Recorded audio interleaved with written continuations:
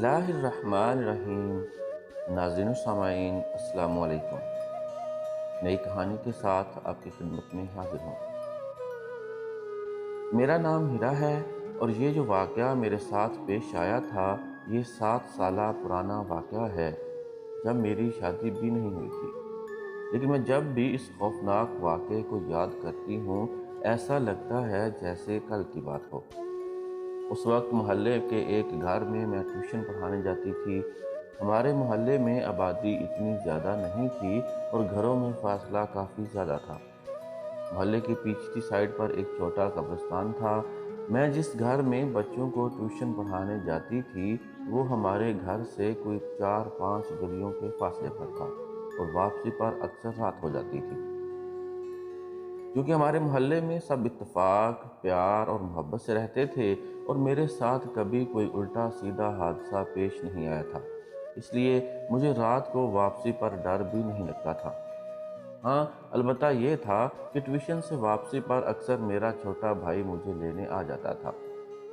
ایک دن میرے چھوٹے بھائی کو بخار تھا اور میں ٹیوشن پڑھانے کے لیے چلی گئی۔ جب اس گھر سے ٹیوشن پڑھا کر نکلی تو کافی رات ہو چکی تھی۔ لوگ مغرب کی نماز پڑھ کر گھروں کو واپس جا رہے تھے۔ میرے بھائی کو اس دن بخار تھا۔ نبیل ہمارے محلے کا لڑکا تھا اور وہ اپنی زندگی کا ایک عجیب و غریب واقعہ اکثر ہمیں سناتا تھا۔ نبیل کی شادی اس کی کزن فائزہ سے ہوئی تھی۔ یہ واقعہ نبیل کی شادی والی رات پیش آیا۔ جب نبیل کی شادی ہوئی تو وہ بہت خوش تھا۔ اس نے پہلی رات فائزہ کو گفٹ دینے کے لیے ایک ڈائمنڈ کی انگوٹھی خریدی۔ شادی کی رسموں سے فارغ ہو کر وہ اپنے کمرے میں سہاگ رات منانے چلا گیا۔ اپنے کمرے میں داخل ہوتے ہی اسے عجیب خوشبو کا احساس ہوا۔ ہر طرف پھول تھے اور کمرے کو بڑی خوبصورتی سے سجایا گیا تھا۔ سامنے بیڈ پر فائزہ گھونگھٹ لیے ہوئے بیٹھی تھی۔ نبیل مسکراتے ہوئے آگے بڑھا اور بیڈ پر فائزہ سے کچھ فاصلے پر بیٹھ گیا۔ اس نے فائزہ سے پوچھا، کیسی ہیں آپ؟ فائزہ نے جواب دیا، میں ٹھیک ہوں، آپ سنائیں کیسے ہیں آپ؟ نبیل نے مسکراتے ہوئے کہا، تمہارے پاس آ کر بالکل ٹھیک ہو گیا ہوں۔ یہ کہہ کر نبیل نے فائزہ کا ہاتھ اپنے ہاتھوں میں لے لیا اور محبت بھرے انداز میں بولا، کیا آپ اپنا گھونگھٹ نہیں اٹھائیں گی؟ فائزہ نے کہا، ایسے نہیں، پہلے میری منہ دکھائی کا تحفہ دو۔ نبیل مسکرایا اور اس نے جیب سے ڈائمنڈ انگوٹھی نکال کر فائزہ کی انگلی میں پہنا دی۔ فائزہ نے پھر اپنے چہرے سے گھونگھٹ اٹھا دی۔ نبیل نے فائزہ کی تعریف کرتے ہوئے کہا، آج تو آپ بہت خوبصورت لگ رہی ہیں۔ فائزہ نے کچھ خفگی سے کہا، کیا میں روزانہ خوبصورت نہیں لگتی؟ نبیل نے فائزہ کا ہاتھ اپنے ہونٹوں سے لگا کر کہا، آپ تو روزانہ خوبصورت ہوتی ہیں، آج کچھ زیادہ ہی خوبصورت لگ رہی ہیں۔ فائزہ نے دودھ کا ایک گلاس اٹھا کر نبیل کو دیا۔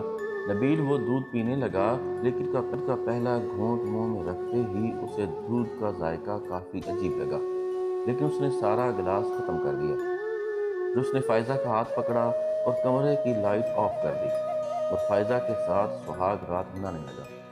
وہ فائزہ کو پیار کرنے لگا اور پوری شدت سے لذت کی دنیا میں ڈوب گیا۔ نبیل اور فائزہ کو پیار کرتے 2 گھنٹے ہو گئے۔ نبیل تھک چکا تھا لیکن فائزہ چاہتی تھی وہ اور پیار کرے۔ نبیل مدہوش ہو کر بیڈ پر فائزہ کی گود میں لیٹ گیا۔ نبیل اتنا تھک چکا تھا کہ اسے نیند آ گئی۔ تقریباً 2 گھنٹے بعد نبیل کے کمرے میں دستک ہوئی۔ فائزہ اس وقت سو چکی تھی۔ نبیل نے جلدی سے اٹھ کر کپڑے پہنے اور سوچنے لگا، اتنی رات کو دروازے پر کون ہو سکتا ہے؟ اس نے جا کر دروازہ کھولا۔ سامنے نبیل کی 2 بہنیں کھڑی تھیں۔ نبیل اپنی دونوں بہنوں کو رات کے اس وقت دروازے پر دیکھ کر حیران ہوا۔ چھوٹی بہن نے نبیل سے پوچھا، بھائی آپ یہاں اسٹور روم میں کیا کر رہے ہیں؟ نبیل نے حیرانگی سے اپنی بہن کو دیکھا اور کہا، یہ اسٹور روم تو نہیں ہے، یہ میرا کمرہ ہے۔ نبیل کی بہن بولی، بھائی یہ اسٹور روم ہے، آپ کا کمرہ اس کے برابر والا ہے، آپ غلطی سے اسٹور روم کو اپنا کمرہ سمجھ کر یہاں آ گئے۔ فائزہ بھابی کب سے آپ کا کمرے میں انتظار کر رہی ہیں۔ نبیل کو مزید حیرانی ہوئی۔ اس نے حیرانگی سے کہا، کیا مطلب؟ فائزہ تو میرے پاس کمرے میں ہے، پھر تم دونوں کس کی بات کر رہی ہو؟ نبیل کی بہن بولی، نہیں بھائی، آپ کو کیا ہو گیا ہے؟ فائزہ بھابھی کمرے میں آپ کا انتظار کر رہی ہیں، آپ آ جائیں اپنے کمرے میں۔ اس کے بعد نبیل کی بہنیں وہاں سے چلی گئیں اور نبیل نے شدید حیرانگی سے کمرے کو دیکھا جہاں وہ سہاگ رات منا چکا تھا۔ اس کی سمجھ میں نہیں آیا، اگر فائزہ اس کے کمرے میں ہے تو وہ کون تھی جس کے ساتھ اس نے سہاگ رات منائی تھی؟ نبیل نے لائٹ آن کر کے اس کمرے کو دیکھا جہاں اس نے سہاگ رات منائی تھی، لیکن لائٹ آن کرنے پر وہ صدمے میں آ گیا، کیونکہ وہ کوئی کمرہ نہیں تھا، وہ پرانا سٹور روم تھا جہاں ہر طرف کباڑ پڑی ہوئی تھی۔ بیڈ اور فائزہ دونوں غائب تھیں، کہیں بھی پھول وغیرہ نہیں لگے ہوئے تھے۔ اس کمرے میں پرانے سامان کے علاوہ کچھ نہیں تھا۔ نبیل تیزی سے کلمہ پڑھتے ہوئے اس کمرے سے باہر نکلا اور اس کمرے کو بند کر دیا۔ اس کا سانس پھول چکا تھا، وہ کچھ دیر وہیں دروازے کے پاس کھڑا رہا، پھر برابر والے اپنے کمرے میں چلا آیا، جہاں بیڈ پر فائزہ بیٹھی اس کا انتظار کر رہی تھی۔ فائزہ نے سرخ جوڑا پہنا تھا اور نبیل حیران تھا کہ وہ کون تھی جس کے ساتھ اس نے سہاگ رات ملائی، اور وہ جسے اس نے دودھ سمجھ کر پیا تھا وہ کیا تھا؟ نبیل یہ سوچ کر ہی خوف زدہ ہو گیا۔ وہ بے جان قدموں کے ساتھ چلتا ہوا فائزہ کے پاس آیا۔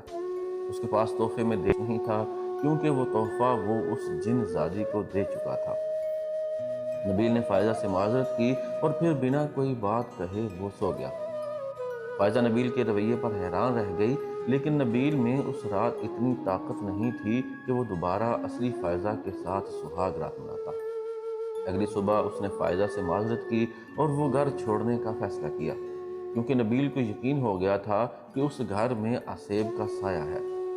بعد میں نبیل نے تحقیق کی تو اپنے بڑے بزرگوں سے پتہ چلا کہ اس سٹور روم میں اکثر جن زادیاں اور عصیب وغیرہ کا بسیرا تھا، اس لیے ہمیشہ اس سٹور روم کو بند رکھا گیا تھا۔ لیکن جانے نبیل کی شادی والی رات سٹور روم کیسے کھلا رہ گیا؟ اس واقعے کے بعد نبیل اور فائزہ ایک نئے گھر میں شفٹ ہو گئے۔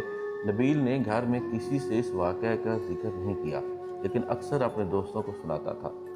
نبیل کو یہ واقعہ آج تک یاد ہے اور وہ اس جن زادی کے ساتھ سہاگ رات والا واقعہ آج تک نہ بھلا سکا، اور وہ دودھ کا ذائقہ بھی آج تک اسے یاد تھا۔ وہ اکثر ہمیں یہ واقعہ سناتا تھا اور سوچتے ہیں کہ نبیل کے ساتھ وہ سہاگ رات منانے والی کون تھی؟